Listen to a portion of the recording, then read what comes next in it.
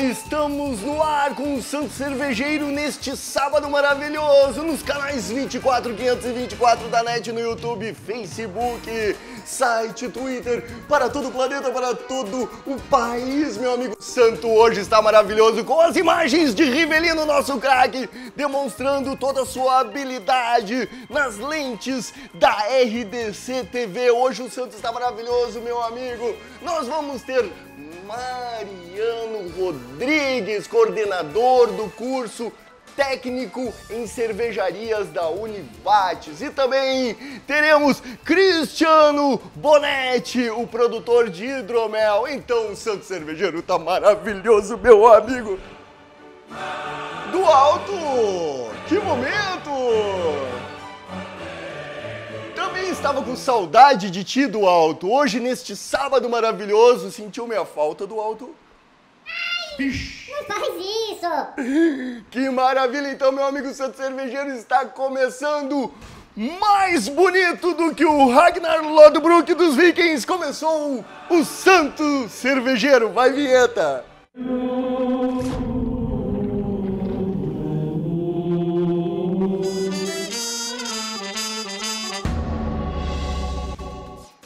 Meu amigo, nesse clima de alegria, começamos o nosso primeiro bloco falando com ele, o coordenador do curso técnico em cervejarias da Univates, um curso muito importante aí para a atividade, para o setor. E é claro, né, a gente vai falar sobre tudo que envolve esse curso. Muito bom dia, Mariano, tudo bem? Cássio, Seja bem-vindo. Muito obrigado pelo convite para divulgar o curso aqui da Univates. Uma honra pra gente. Me diz o seguinte, como iniciou o curso e onde surgiu essa ideia de ter o curso devido a uma visão de mercado, uma visão do setor ou uma visão da região? Como é que iniciou isso? Bom, a gente sabe que o Brasil hoje é o terceiro maior produtor de cerveja do mundo. Uhum. E o Rio Grande do Sul ele é um destaque no país com o maior número de microcervejarias. Sim. Então a gente começou a verificar, que eu acho que esse é o papel de uma universidade, verificar onde estão os nichos de mercado para profissionalizar o setor.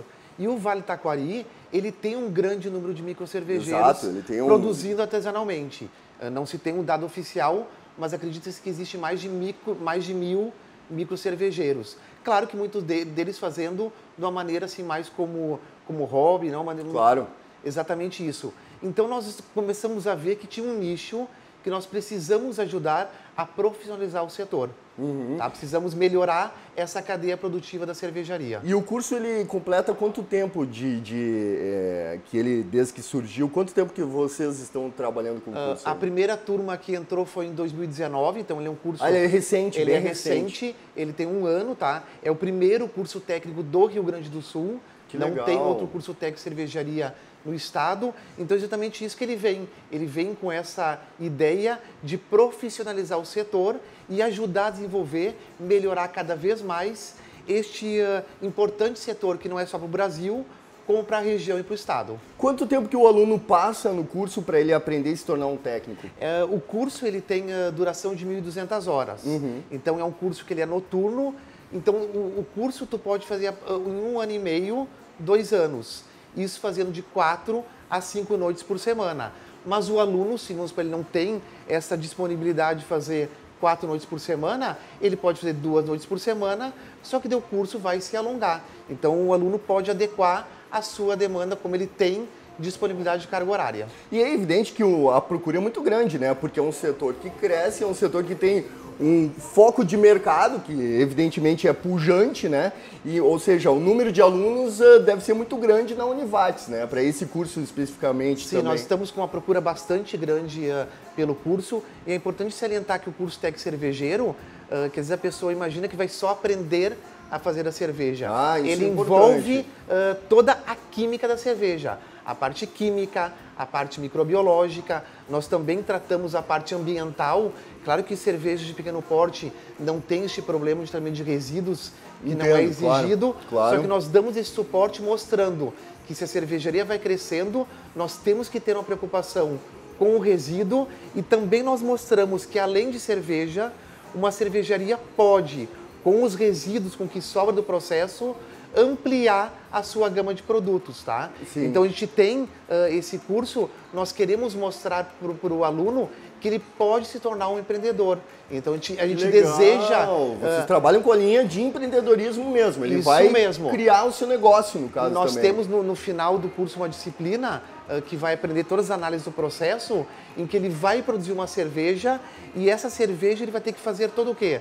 Todo o marketing, todo o layout do rótulo. Isso. Então a gente quer desenvolver o empreendedorismo. Então, ensina-se a produzir e ensina-se também a fazer um plano de negócio, um modelo de negócio, então, para o aluno. Exatamente. E é importante que não é somente produzir. Como a Univates é uma universidade que é excelência em cursos e em qualidade, nós temos uma ampla gama de laboratórios. O laboratório de produção de cerveja, Sim. laboratório de microbiologia, laboratório de química. Então o aluno aprende a fazer todas as análises da cerveja e da matéria-prima. Não é só fazer cerveja. Ele aprende a fazer análise de proteína, aprende a fazer análise microbiológica. Tudo que envolve a cerveja e a matéria-prima, o aluno aprende neste curso. Na questão de conhecimento de mercado, existe também essa procura por entender como está atualmente o mercado cervejeiro hoje no país? Existe esse debate, essa busca por entender esse mercado? Porque esse mercado, ele, como todo mercado no país, quando tu trabalhas com um empreendedor, existe uma série de dificuldades, né? Como é que se prepara o aluno para enfrentar isso? Além de a gente ter disciplinas que envolvem a parte de planejamento estratégico, de marketing, a gente sempre traz profissionais do mercado para vir falar com os alunos. E os professores específicos que falam da produção de cerveja são professores que trabalham, que têm cervejarias de pequeno porte, que é o foco, assim, normalmente do curso, tá? Então a gente sempre procura trazer esse mercado e a gente fala, o Brasil hoje, comparado com outros países, ainda está na pré-história da cerveja artesanal. Ele tem muito para desenvolver. Ele está em passos largos nos últimos anos, mas ele pode desenvolver muito. Então este é o objetivo do curso. E é importante salientar, Cássio, que quem se forma no curso técnico de cervejaria, o nosso curso de 1.200 horas, ele pode solicitar ao Conselho Regional de Química o seu registro profissional. Com esse registro profissional, ele pode assinar como responsável técnico de cervejarias de pequeno porte.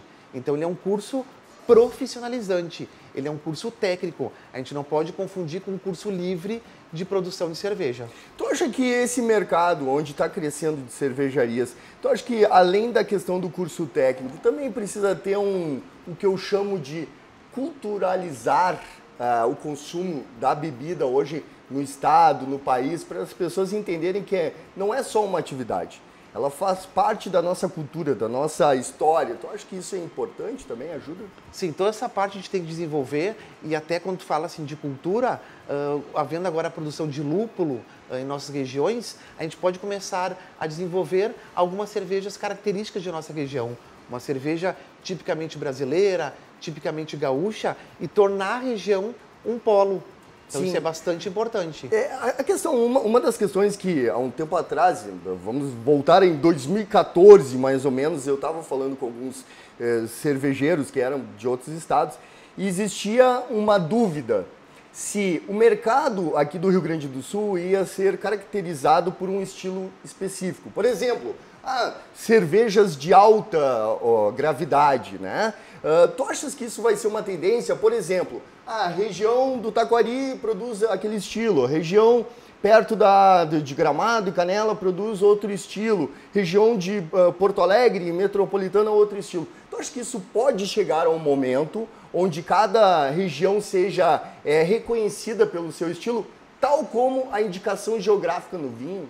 Eu acho que essa é uma tendência porque, como o consumo de cerveja artesanal ele está aumentando, os consumidores, por sua parte, vão começar a ficar mais exigentes. Sim. Consumidor ficando mais exigente, é necessário que o profissional tenha o conhecimento. Então aí vem onde tem que ter técnicos. Então acho que essa é uma tendência, as regiões começarem a criar características, cervejas características. E inclusive, como a gente já tem visto, Porto Alegre já está começando com roteiros turísticos nessa parte de cervejaria. Sim. E a nossa região já tem também pensado nisso.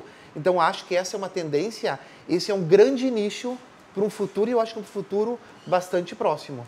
Tu vê, tem um detalhe que é o fato de o cervejeiro ter começado como homebrew, boa parte deles foram homebrews, e se viram empresários. Esse tipo de debate se fala no curso, ou seja, como é essa mudança? Porque uma vez tu sendo homebrew e tu te tornando empresário, tu enfrenta uma série de desafios, né? Como um bom empreendedor no país, que não é nada fácil ser empreendedor aqui, né? Tu cria esse momento de questionar se vale ou não. Esse debate acontece lá no curso? Como é que é essa discussão? Ele acontece, que a gente não pode dizer assim, vamos ser empreendedor, como se fosse a coisa mais fácil. Sim. Então a gente mostra quais são os riscos que o empreendedor corre, o que ele tem que ter, o suporte financeiro durante um ponto. E essa parte que tu falou, hoje um dos grandes, que eu acho, problemas da cervejaria, da indústria, é a elevada carga tributária. Isso é o problema já que é dor de cabeça de todo cervejeiro. Então, né? a gente mostra que não é tudo mil maravilhas, que não é chegar, comprar equipamento, sair produzindo, que no outro mês já tem lucro. Sim. Então, a gente mostra a realidade do setor. Isso tem que ser mostrado. Maravilha. Mariana, a gente vai dar um pequeno intervalinho, um pequeno break e a gente já volta, continua falando com o Mariano sobre o curso técnico em cervejaria na Univates. Um assunto assim, maravilhoso. Meu amigo, tu que está pensando em sair da tua profissão de caixeiro viajante, largar aquela viagem, aquele tempo que tu fica pelo Rio Grande do Sul todo, tentando vender aqueles raspador de cutícula, pensa numa nova profissão e venha ser cervejeiro, meu amigo. A gente volta pro próximo bloco, pequenininho intervalinho, né, do alto? Do alto? Do alto? Ups. Do alto, tu quer aprender a produzir cerveja, do alto? Legal! Tu vai largar esta tua vida de céu, esta tua vida do alto, essa tua vida angelical, não? Você tem certeza? Tá certo. Então tá, a gente já volta, um intervalinho. Beijo do santo.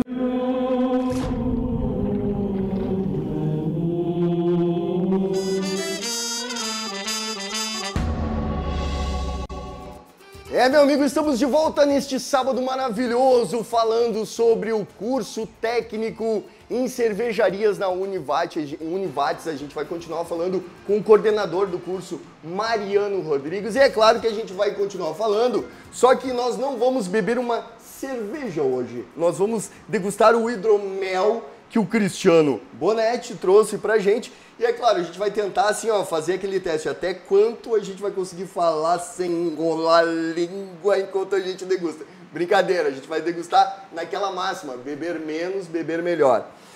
Mariano, como é que a gente pode falar sobre a questão de desenvolvimento tecnológico? Ou seja, o aluno que chega no curso técnico, ele aprende o que na questão da tecnologia hoje desse mercado cervejeiro? Exemplo, maquinário, tecnologia de maquinário, tecnologia de desenvolvimento do maquinário. O que acontece no curso em relação ao conhecimento do aluno sobre isso? Nessa parte nós temos disciplinas específicas, Sim. Onde o aluno aprende desde lá no início a produzir a sua cerveja em casa, para ter aquela noção, a parte de brincar, só que ele logo vai evoluindo, tá? Sim. Ele vai evoluindo para uma escala... ele faz na panela, ele faz também uma aula, eu sempre peço pro professor do primeiro semestre Que legal! Brincar com aquela coisa de fazer em casa. Fazer o paneleiro mesmo, Exatamente. né? Que é aquela coisa bem inicial, Uhum. de criar o gosto, de ser o cervejeiro dentro de casa. Sabe que a alquimia do paneleiro eu acho muito importante, porque o paneleiro, ou seja, eu sou um paneleiro, um homebrew, ele pode arriscar. Porque o custo dele, se ele arriscar e perder a cerveja ou o hidromel, né, ele é menor do que o empresário. Então a gente tem que reverenciar todos os caseiros, porque eles são a nossa primeira linha de experimentação. Né, que a gente pode conhecer várias receitas com eles. Porque né? tu pode brincar de fazer receita em casa, porque o risco é pequeno. Sim. E até para compra de um equipamento de panelas, é um custo baixo. Comparado com uma empresa, Exatamente. Né, que tu vai ter todo o maquinário, estrutura, né? Então, a gente sempre pede que o professor no primeiro semestre faça com eles em laboratório, ensinando a fazer em casa. Depois, ele já vai logo para uma escala industrial. E nós temos, por exemplo, esse semestre, quem está no terceiro semestre do curso, uma disciplina de desenvolvimento tecnológico, o professor Rodrigo Ferraro, que ele é bem conhecido. Grande abraço, Rodrigo Ferraro, Digo Ferraro, grande abraço. E um grande amigo lá que tem a Irmãos Ferraro ali no bairro Anchieta, que faz um trabalho maravilhoso há muito tempo, né? Exatamente. Então, ele tem uma disciplina desse semestre, que são 20 encontros presenciais, onde ele vai tratar exatamente isso, novas tecnologias com o aluno, novas tecnologias, e o aluno também vai aprender, ter uma disciplina de layout de fábrica, como montar uma fábrica, vai visitar empresas que vendem maquinário, para ele entender um pouquinho deste mundo. Vamos supor, quero montar uma microcervejaria. Como eu vou iniciar a montar a microcervejaria? O que é necessário? Uma tribloco, o tipo que eu quero utilizar. E dentro desse conceito aí, vocês também vão agora lançar o laboratório, né? Como é que esse trabalho de lançamento, como é que é essa tecnologia que vão divulgar? Isso mesmo, nós estamos inaugurando oficialmente agora na próxima quinta-feira, dia 20, mas ele já foi usado desde novembro, é um laboratório específico, laboratório cervejeiro. O que é algo assim bastante inovador aqui no estado? É um laboratório numa escala piloto de uma microcervejaria. Ah, que então, legal! A pessoa vai lá desde a moagem até o produto final. Então ele simula exatamente como é uma microcervejaria. Ela tem capacidade para produzir cerca de 1.000 litros por mês. Então é uma microcervejaria numa escala... Uma micro-boutique. Exatamente. Na verdade. E né? ela vai servir para o aluno testar em suas aulas e fazer as formulações, e também esse laboratório ele está instalado no Tecnovates, que é o nosso polo tecnológico da instituição. Que legal. Para que vai servir? Tu tem uma microcervejaria e tu não tem uma escala piloto para testar as tuas receitas. Isso é genial, isso é genial. Exatamente. Isso é genial. O aluno vai poder trabalhar numa escala pequena, mas uma escala real. Isso é Exatamente. fantástico. Então, qualquer microcervejaria do estado ou fora do estado, então não precisa ser aluno, tu quer testar uma nova formulação, tu vai poder utilizar essa microcervejaria da Univates. Então, ali está une o que eu te falei no primeiro bloco. A Univates quer fomentar o mercado para que as pessoas, hoje em dia, quem tem uma cervejaria, eles estão indo às vezes testar em outro estado uma nova formulação. Então, tudo pode poder ser feito na instituição. Vocês vão produzir em pequena escala, mas vão ter exemplares, estilos que vão oferecer para visitantes de cerveja? Como é que vai ser? Não, essa parte de nós oferecemos estilo, não. Num primeiro momento... Por exemplo, o cara vai querer conhecer lá o laboratório. Tem uma cervejinha para degustar, alguma coisa assim ou não? Não, no primeiro momento ainda não temos. Pode, futuramente, Sim. nós termos uma cerveja com a característica da instituição. Até poderemos ter futuramente. Mas no momento, vamos supor, tu tem uma empresa, o aluno vai ter sempre usando. Tu tem uma empresa e tu quer utilizar a Univates como um laboratório para testar a tua cerveja, eu quero formular uma cerveja nova. Tu quer criar uma receita e tu faz no quer criar laboratório. uma receita. Tu cria no laboratório. Ali na escala piloto, ela produz 100 litros mais ou menos. Então, não é assim uma quantidade pequena, tu pode testar sem problemas. E vocês acham que esse tipo de troca de experiências, principalmente com o mercado, a empresa e a universidade, a academia, ela vai ajudar realmente a fomentar esse mercado, a multiplicar esse mercado? Sim, é isso que a gente acredita. Até o Tecnovates, ele tem essa função de incubar empresas com novas tecnologias, novas ideias. Nós temos também na Univates o Unianálises, que é um grande centro de análises dos ele já é excelência em leites, e nós queremos também, já estamos estudando, deste centro fazer análises específicas de lúpulo, de matéria-prima, de cerveja, que hoje são realizadas em centros de outros estados e fora do país. Então, a gente está começando a desenvolver tecnologias para poder atender o mercado cervejeiro e tornar Lajeado e Vale do Taquari um grande centro de referência de cerveja. Eu acho muito legal essa questão de unir as empresas, as corporações e a academia, assim, porque sempre é uma união que dá muito certo e todos ganham, assim. Mas nesse caso das empresas, se alguma cervejaria quiser fazer a análise do produto e construir uma receita, um estilo de produto o curso ajuda nisso? Por exemplo, vem uma cervejaria do Santo, vai lá e quer desenvolver todo o modelo de negócio. A Univates, o curso, ele também auxilia nisso ou não? A gente pode, vamos supor, como já acontece em outros cursos, é trazer o problema real para os alunos. Perfeito, que é exatamente isso. Que maravilha! Vamos supor, tu tá com uma cerveja e tu vem falar comigo como coordenador. Estou com um problema. Eu levo esse problema para uma disciplina. Sim. E a disciplina com o professor e com os alunos, claro, ele desenvolve vira isso. um estudo de caso, né? Exatamente. Isso é bacana. Isso já acontece, que esse é um curso novo, então nós estamos iniciando isso. Sim. Eu coordeno também Química, isso é bastante comum. Vem Química e Alimentos, vem uma empresa com um problema que não está conseguindo fazer a formulação, está dando problema na formulação. E a gente traz esse problema para a disciplina, forma-se diversos grupos e os grupos propõem ações e resolvem o problema da empresa. Isso é bastante comum na nossa universidade. A universidade fomenta esse tipo de aula. Isso é uma prática comum na Univates. Que bacana. Agora me diz uma coisa em relação a essa troca de experiências. Por ser a academia, por ser um local de conhecimento, existe essa troca com outros países? Os alunos irão, em algum momento, viajar, conhecer outros mercados ou vice-versa, virem professores, profissionais de outros lugares? Como é que é isso? A gente pretende começar a trazer professores, palestrantes para virem trazer a sua ideia, e nós temos todo ano um programa de intercâmbio. Que bacana! O aluno, agora estão abertas inscrições, até início de março, onde os alunos podem se inscrever para intercâmbio. Nós tivemos já o ano passado um aluno que foi para Portugal fazer um intercâmbio. Claro que às vezes a universidade lá não tem um curso específico de cervejaria, mas ele consegue agregar e nós damos uma carta de apresentação para o aluno conhecer cervejarias da região. Que bacana. Quando o assunto assim é bacana, a gente vai falando, a gente até perde a questão do tempo. Mariano, muito obrigado, tá? Por todo esse conhecimento que o curso está promovendo, né? E pela questão do mercado cervejeiro, né? Tem algum contato? Como é que as pessoas podem ter contato com o curso, alunos? Onde que a pessoa pode ter acesso ao curso? Quem quiser ter acesso ao curso pode entrar na internet, univates.br/técnicos e conhecer o curso técnico em cervejaria. A instituição tem uma gama, nós temos um centro de cursos técnicos, hoje são 21 cursos técnicos na instituição. Que legal. Então nós temos uma força muito grande na região.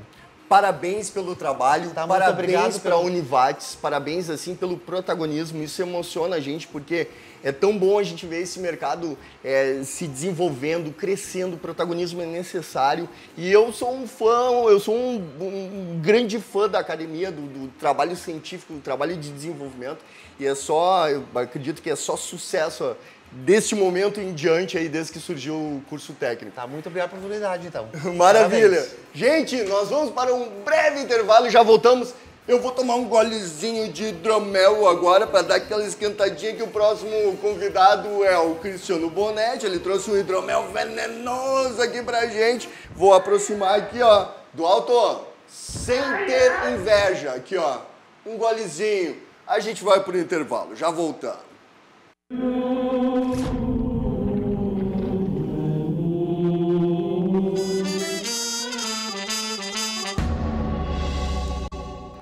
Meu amigo, estamos de volta com o Santo Cervejeiro. Agora nós vamos falar sobre um assunto muito legal. Primeiro, do alto. Por favor, do alto. Música.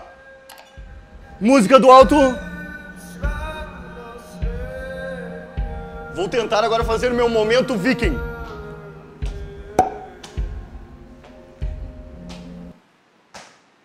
E aí, do alto? Cadê tu? Cadê aquela música que a gente combinou?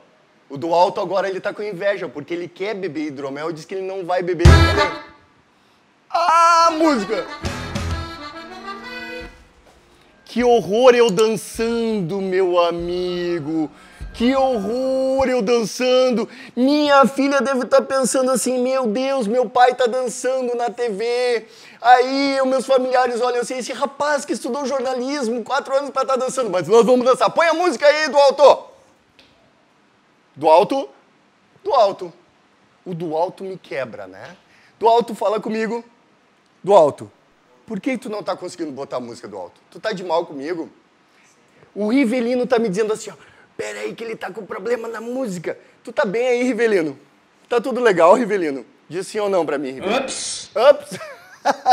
O meu cinegrafista já tava vindo dançar comigo. Meu amigo, hidromel. Nós vamos degustar um hidromel.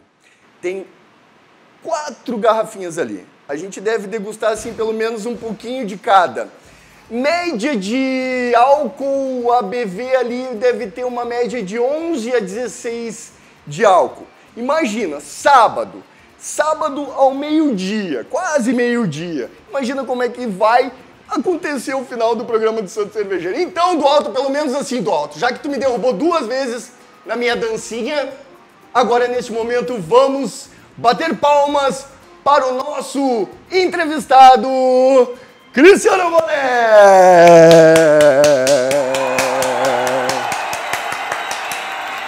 Que maravilha!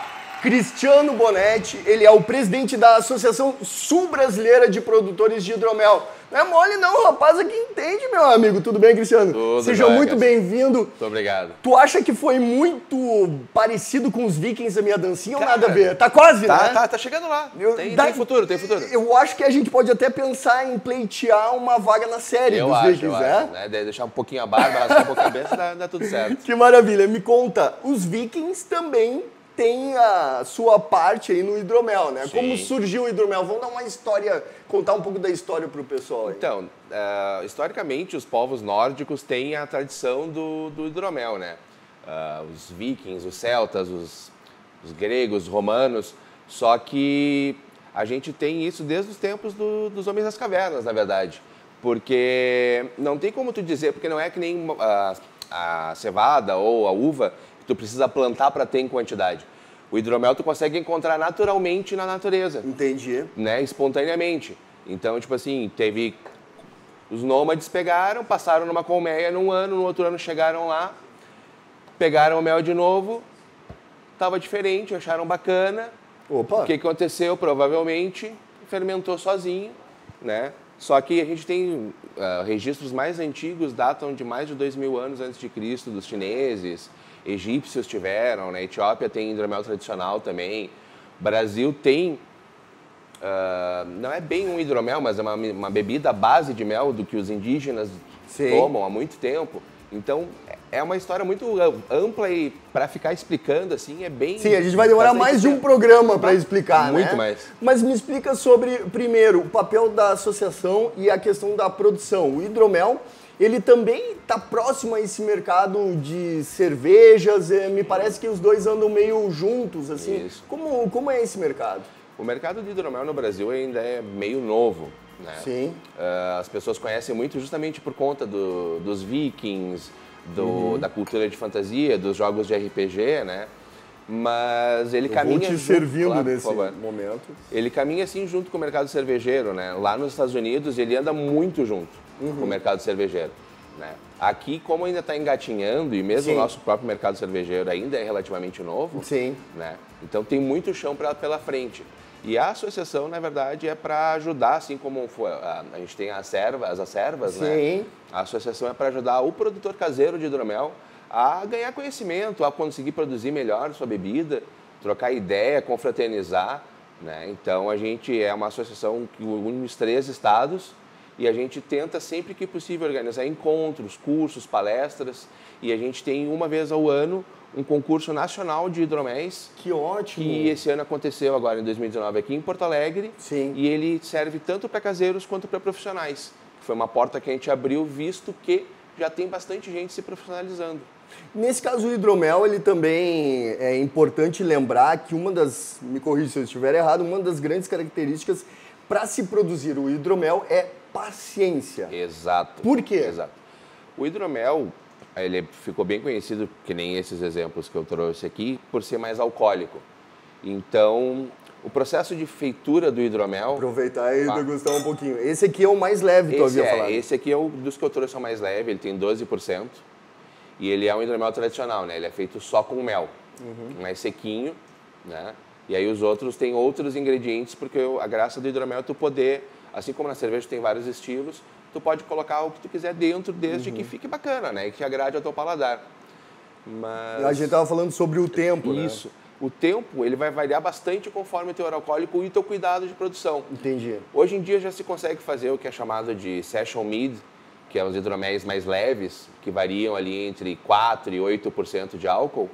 Tu consegue, profissionalmente, né, industrialmente, tu consegue produzir eles em menos de um mês tranquilamente. Porém, os hidroméis mais alcoólicos e as técnicas caseiras que o pessoal começa a utilizar, normalmente o hidromel vai ficar pronto com 6 meses, 1 ano. E quanto mais alcoólico, mais carregado, quanto mais tempo ele envelhecer, melhor ele vai ficando, né? Sim. Que é como se fossem os vinhos de guarda. Os vinhos de guarda. Nesse ponto, o hidromel se aproxima bastante dos vinhos. E na questão da levedura, como é que é a produção? O que se coloca de levedura para hidromel? Porque o hidromel, ele tem o que a gente chama, né, entre aqueles que gostam de falar sobre gravidade e álcool, ele tem uma quantidade de açúcares muito grande por ser mel, evidentemente, né? E por ser de alta gravidade, como é que se trabalha a levedura em relação a isso? Levedura, açúcar versus levedura. Originalmente não existia, que nem na cerveja, leveduras específicas para hidromel, então foi se adaptando.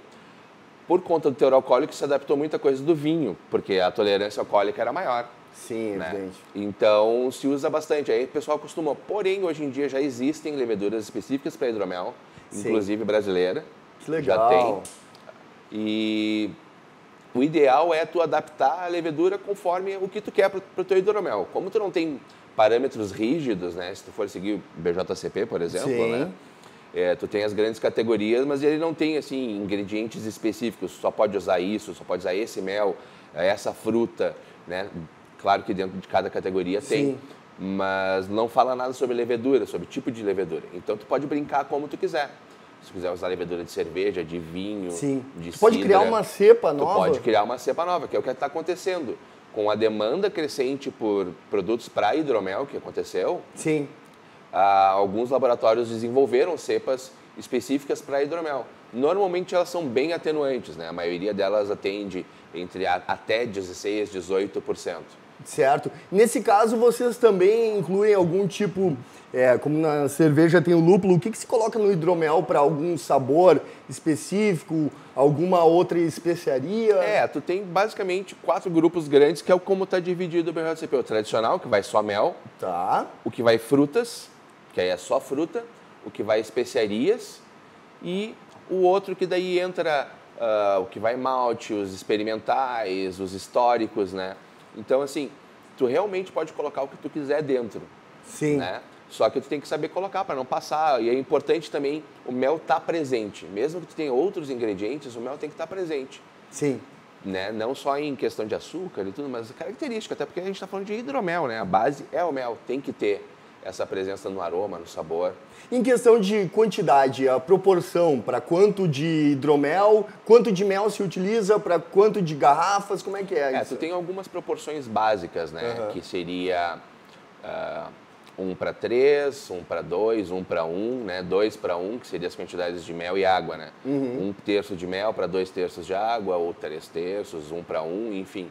Essas são medidas básicas, mas hoje em dia, com as técnicas novas, tu consegue já trabalhar fazendo a lógica reversa, saber o que tu quer no produto final, né? O quanto tu quer de álcool, quanto tu quer de começa açúcar a final, trabalhar com isso, né? E aí tu trabalha com as densidades e tudo, mas basicamente, para quem vai começar, 1/3 de mel para 2/3 de água funciona bem. Legal. E tipos de mel? Isso faz diferença, né? Faz. Tipo de mel, se é de laranjeira, se é de eucalipto. Isso. O que se utiliza? Cara, o que tu quiser. Meu amigo, traz todo tipo de mel aí, vamos fazer sociedade com apicultores aqui da região e vamos produzir, isso que vale. Né? É que assim, o tipo de mel é mais ou menos que nem o tipo de malte na cerveja. Ele vai te dar um perfil. Exato. Então, se tu souber o tipo de mel que tu tem na mão, tu consegue criar receitas em cima. Claro. Então, por exemplo, o mel de laranjeira, que é mais floral, tem aquele, né, aroma delicado. Tu não vai encher de coisa dentro. Porque tu vai apagar ou vai nebular. Aí agora tu pega um mel de eucalipto, que é mais forte, mais potente. Cara, aproveita ele para caramelizar, que é outra técnica que tem, né? Para dar outros perfis, para caramelizar, para botar coisas mais potentes, que ele vai segurar, ele vai dar reforço nessa essa questão. E como é que está sendo assim essa troca com as pessoas que produzem hidromel nos estados? Claro que tem características específicas em Santa Catarina, no Rio Grande do Sul. Como é que é essa troca? É bem bacana, cara. O pessoal, como é relativamente novo, o pessoal tá todo mundo sedento por conhecimento. Sim, então, a troca é muito grande, né? Isso, então sempre tem alguém que descobre uma coisa nova, uma técnica nova, mostra o seu hidromel, quer mostrar, quer provar. Dentro da associação a gente incentiva sempre que possível a troca de garrafinhas, né? Para a galera poder provar, conhecer outras opções, e dentro dos encontros a gente troca. E nacionalmente está muito bacana porque tem bastante gente aprendendo, bastante gente conhecendo também. Maravilha, a gente vai para um pequeníssimo intervalo e já voltaremos falando mais de hidromel e nós vamos degustar, se a gente conseguir até o final do programa, né, aguentar aqui, degustar esses três exemplares que o Cristiano trouxe pra gente. A gente volta no próximo bloco, é rapidinho, não sai daí, a gente já volta. Beijo do santo.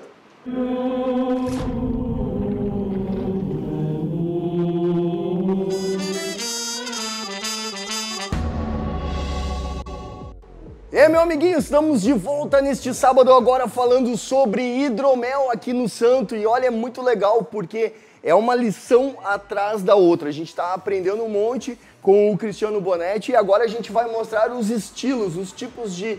A gente pode ir no plural hidroméis? Hidroméis, hidromeles. Hidromeles. O plural de mel é complicado mesmo. Então. Eu já ia pedir pro Alto pra ele, ô do Alto, tu podia agora, nesse momento, ter me sacaneado, porque eu falei hidromels. Legal.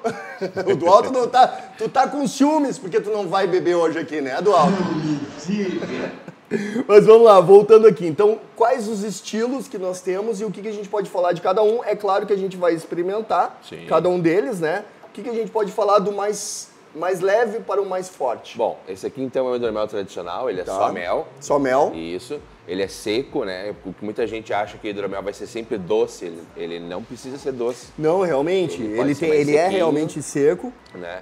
Esse aqui é um hidromel de chamate com limão, né? Chamate com limão. Isso, para ser a minha ideia foi ter aquela coisa regional, né, do chamate. E eu sempre gostei de tomar mate com limão, então transformei num hidromel. Provavelmente bem refrescante, ele né? É bem refrescante, isso. Legal. Ele tem um pouquinho de dulçor no fundo, sim, mas é só porque como o chá é muito forte, muito tânico, né? Então, para ficar legal. Esse aqui é um hidromel de frutas vermelhas e ele tem uma diferença que eu adicionei lactose. Lactose no hidromel? Isso. É uma técnica relativamente moderna, assim, que é para justamente corrigir dulçor, vamos dizer assim. Porque o que acontece? Muitas vezes, como a levedura aguenta muito álcool, ela seca completamente o hidromel. E tu não queria que ele ficasse seco. Sim. Se tu não fizer o ajuste químico ou pasteurizar o hidromel, a levedura é bem resistente, é capaz de, se tu botar mais mel, ela voltar a fermentar. Ah, claro. E como a lactose é um não fermentável, é uma forma de se corrigir. Sim, tu neutraliza, na verdade, né? Tu só dá aquela corrigida para não ficar tão seco e favorecer o resto dos ingredientes. Seria quase um mash out de infusão, assim, para cortar o processo, né? Exato. E esse mais forte? Esse aqui, ele tem 16,5 de álcool. Esse aqui é um Bragô. Bragô é um estilo de hidromel onde vai adição de malte e pode levar lúpulo também. Historicamente, ele faz muito sentido. Em Inglaterra tinha bastante hidroméis nesse estilo, né? Sim. Então, ele, nesse caso aqui, é base o estilo base de cerveja que eu usei para fazer o hidromel é uma Imperial Stout, então ele é bem intenso, bastante malte escuro, bastante torrado. Sim, tu usou talvez um Black of Black, ou um Coffee, ou um malte? Eu usei o Carafa 3 Special, né, para justamente não dar muito aquela coisa da casca, né? Mas a cor, o que seria o SRM dele tá lindo, né? Ele é bem intenso. Bem intenso, né? Bem escuro, né? A minha ideia foi justamente fundir os dois mundos. Porque esse estilo de hidromel é sempre meio controverso, porque pelo BJCP tu pode fazer um hidromel com malte, fazer uma base de cerveja e adicionar mel, ou tu misturar, blendar um hidromel e uma cerveja prontas. Então vai de acordo com aquilo que tu tem como proposta, né? Porque eu também acho que o blend com o mel, ele ajuda muito, né? A gente tem as Honeys, né? As Isso. Honeys Beers, né? Também, que eu acho que é bem bacana. Agora, voltando a falar sobre a questão hidromel e cultura e aliando a gastronomia.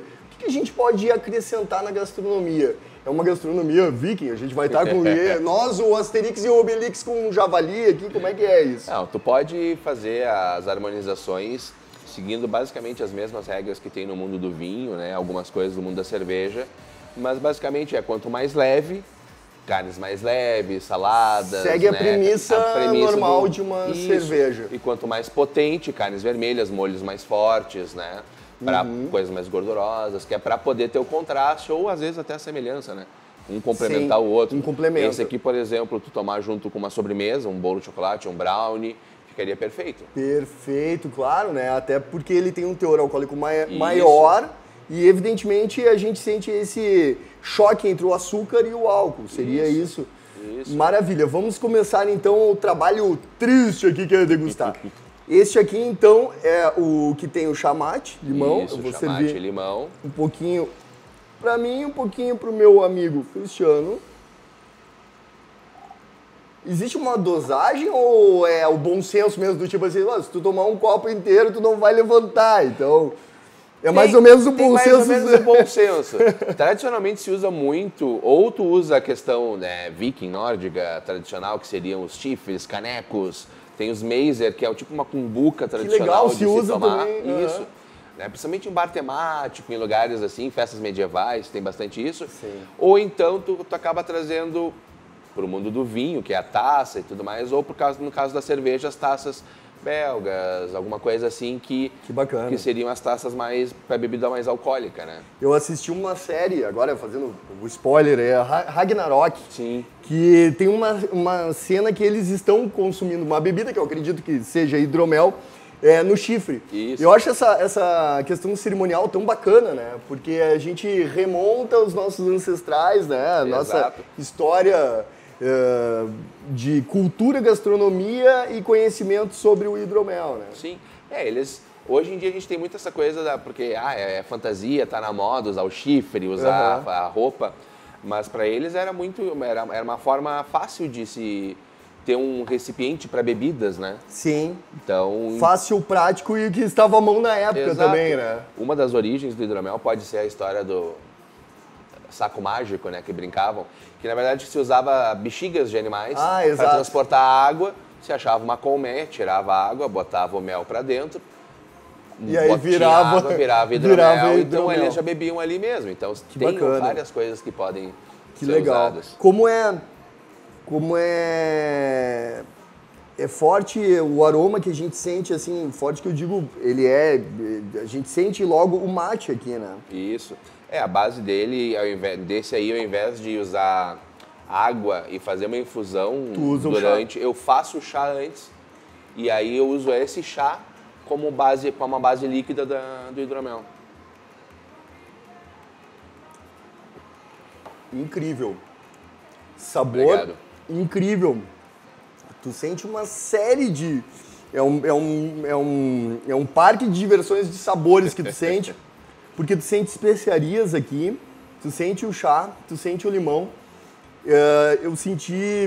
Eu acho, pelos sabores que eu entendi aqui, sutil alguma coisa, assim, sutil de herbáceos. Isso. Ou seja, assim, ele teve uma elaboração, assim, muito cuidadosa, assim.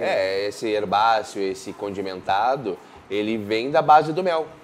É mesmo? Claro, porque como o mel, ele é de acordo com o que as abelhas pegam na região... Claro. Então, a gente tá falando do terroir do mel, exatamente. Né? Esse é o princípio, Então, é por isso que é importante tu conhecer o teu mel, que é para poder utilizar ele da melhor forma possível. Esse mel aqui era um mel silvestre, que tinha essa característica mais herbal, mais condimentada, que eu achei que ia acompanhar muito bem com o chamate e com o limão, e deu resultado. Harmonizar com peixes e saladas, talvez? Poderia Porque sim. o chá, ele lembra um pouco dessa coisa onde tu pode trabalhar um pouco com temperos no peixe. Isso. O próprio limão. Exatamente. Né? Exatamente. Eu acho que seria uma boa união aí, peixes e saladas. Exato, seria uma baita combinação. Eu gosto bastante também com prato, tipo assados de frango, mas não o frango em si. negócio tipo uma torta de frango, Sim. um empadão de frango. Empadão de frango. Isso, coisas mais simplesinhas assim, mas também que, dependendo da condimentação que tu colocar, pode complementar bacana. Tem um detalhe em relação a frango e essa composição do hidromel que tu produziste, que é um frango na laranja com hidromel, Sim. entendeu? E tu pode, inclusive, aí tu me corrige se tu pode produzir o prato com a base, porque é um Claro. princípio, né? Claro. Boa parte do vinho que tu vai consumir é o vinho que tu vai também usar na comida, né? Isso. Que tu vai na receita. E o hidromel segue isso, então. Segue. Inclusive, se tu como produtor, tu pode fazer, como tem alguns vinhos específicos, Aham. para culinária. Tu pode condimentar ele um pouquinho mais. Tu pode fazer o hidromel para isso. Exato. Eu tenho o hábito, que toda vez que eu cozinho, que eu quero fazer um prato diferenciado, em pegar um hidromel diferente que eu tenha, aberto, disponível, ou que eu vá tomar, porque é aquela coisa, né? Se tu vai botar na tua comida, é o Sim. mesmo que tu bebe, É o porque... mesmo que tu bebe, pra é a ter no qualidade, milho, né? exato. Então, eu tento sempre criar combinações diferentes dentro, até para de repente ver se dá certo ou se não dá certo, né? Sim. E o que a gente pode falar deste aqui? Esse aqui é um de frutas vermelhas, tá? Ele é mais novinho, esse aqui tem 1 ano só. Mas a gente sente assim o licoroso no Isso. aroma. Esse aí ele tem amora, morango e cereja, tem a lactose e eu dei uma caramelizada de leve no mel para dar um pouco mais de complexidade. A gente sente, fica evidente assim em frutas vermelhas, né? E como tem essa questão da guarda, como aparece, né, no aroma, Isso. a guarda, o tempo de guarda, né? Tu fazes a guarda como? Tu colocas barricas? Onde é que tu faz a guarda dele? Eu faço no fermentador mesmo, porque é aquela coisa a guarda padrão do lote inteiro. Sim. Tu pode envelhecer em garrafas, tu pode envelhecer em barricas, né? Garrafa, dependendo do tempo que vai envelhecer, tu tem que cuidar com a rolha, o tipo de rolha. A mesma lógica do vinho, nesse caso. Sim. Barrica também, né? Porque daí tu tem que pensar na microoxidação, oxigenação, contato com a madeira, o tempo, o que vai extrair. Geralmente a barrica não é de primeiro produto, né? São Exato. barricas que a gente reaproveita, né? E pensando nisso, tu tem que pensar qual hidromel tu vai botar ali para complementar. Porque daqui a pouco É uma alquimia, nesse caso. Isso, daqui a pouco o perfil da barrica passa por cima do hidromel, botar uma barrica Fica muito marcante. de um uísque, uma coisa assim mais marcante nesse tradicional leve, já ele se Se tu for sobrepolia usar um completamente. burama para produzir, né? A gente tem muita madeira boa brasileira que ainda está começando a ser explorada. O pessoal da cachaça usa bastante. Sim. Mas está se criando agora uma cultura de buscar madeiras novas nacionais. Sim. Porque no mundo se conhece carvalho. Exato, né? E aí, Mas se usa carvalho também é- cerejeira, Isso. né? Burama. São madeiras que se usam, muitos usam os chips de carvalho Isso. em muitos casos, né? Só que, é claro, é o teste, né? É a Isso. combinação de vários elementos, né? Que tornam a bebida legal. O que a gente pode falar deste hidromel? Esse aqui então é um bragô, né? Um hidromel com maltes. Que nome bonito, Bragô. Ele vem histórico, ou bracket, ou bragot, né? Então, em português a gente fala bragô. Ele tem então como base de malte inspirado numa Imperial Stout. Né? Tem bastante malte escuro, bastante variedade de malte. Esse aqui tem mel caramelizado, tem chip de carvalho. Tu consegue perceber o carvalho aqui. Esse aqui tem quase 3 anos, desde o momento em que eu invasei ele. Então esse é a tua joia do reino, então, digamos assim, né? Porque Exatamente, esse eu brinco que 3 é o anos. meu monstrinho, porque ele foi o primeiro hidromel acima de 16% que eu fiz. Porque eu queria que ele fosse potente, eu queria que fosse uma coisa para tomar com parcimônia, né? Degustando, não ser aquela coisa de beberagem. Sim, sim, E sim. como eu gosto muito de stouts, eu gosto muito de hidromel, foi a união A perfeita união que eu achei. casamento ideal. Tu sente o dulçor dele já de primeira, mas que complexidade nos sabores e no aroma, né? Essa é a ideia. A gente sente o café também, Sim. né? O café da Stout, né? Que Exato. a gente sente bem já no primeiro impacto do palato, assim.